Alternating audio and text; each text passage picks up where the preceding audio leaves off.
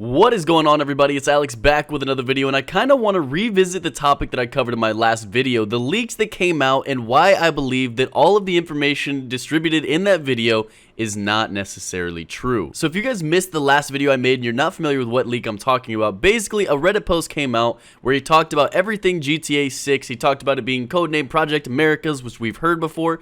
He talked about the setting being in Vice City and then Rio de Janeiro. He talked about there only being one protagonist, which was a male named Ricardo. He talked about the settings being in the 1970s and 80s. There was weather, next-gen consoles, everything. Basically a lot of stuff we've heard with a few little additions here and there. If you did watch the video, I mentioned that a lot of it seemed pretty legit. There really wasn't any red flags, nothing that made me seem like it wasn't real, but there really wasn't a whole lot indicating that it was real. You know, I mean, it's just a Reddit post with people claiming that he knows things and then giving us a laundry list of details. But obviously this information got to my boy Jason Schreier, and he had a little bit to say about it. If you guys don't know who Jason Schreier is, he is an editor for Kotaku, and he is basically the guy when it comes to leaks and stuff like that. He seems to have a foot in every door, and he has information that basically nobody else in the industry has. If he says anything, I'm going to stand by it just because he seems to be really credible and has been really credible for a very long period of time. But basically, he tweeted out a picture of this leak and then says, a good rule of thumb is that if a video game leak is a giant list of incredible sounding bullet points,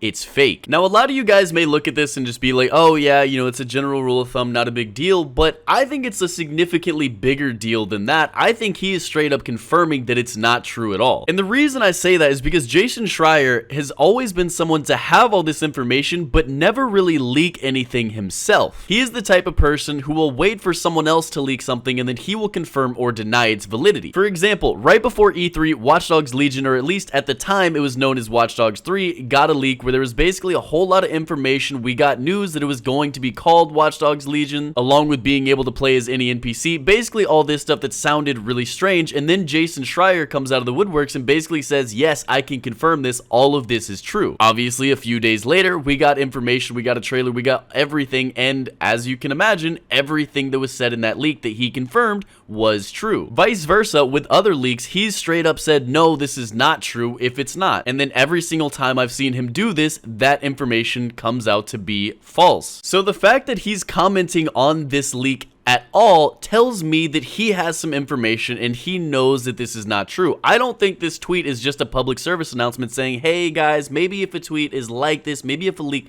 looks like this a little bit, you probably shouldn't believe it. My guess is he sees some of the bullet points that are in this leak and then knows for certain that it is not true, and he's trying to let us know that. Again, all of this is just speculation on my part, but I really do feel like this is fake simply because Jason Schreier has something to say about it. There have been many leaks of great importance that he hasn't said anything about. I'm pretty certain that he hasn't commented on these leaks simply because he doesn't really know whether it's true or not. But when it comes to things that he does know about, including this leak, he probably knows that it's not set on Narcos, it's probably not going to be in Rio. He can safely say that this is a leak that you don't need to pay attention to. So unfortunately, in terms of people that are trying to stay up to date with leaks, I think we're now going back to the drawing board. This leak was nice to hear because it basically summarized a lot of things we've heard in other leaks and then added some new things, which kind of gave me like the idea, okay, maybe it is going to be Project Americas, maybe it is going to be this, maybe it is going to be that. But unfortunately, now it looks like everything isn't really all that valid and I don't even know what to believe anymore. But as always, I will be taking a look at every single leak and keeping you guys updated. So if you want to stay updated with everything GTA 6, make sure to stay tuned to the channel. But that does it for today's video. If you enjoyed it, make sure to drop a like, make sure to subscribe. If you haven't already, thank you guys for the support.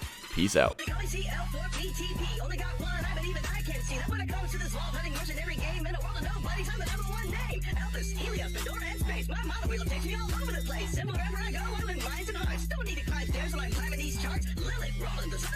Didn't come to my birthday party, rude, but they all found time to go fight the warrior. Like this would be like some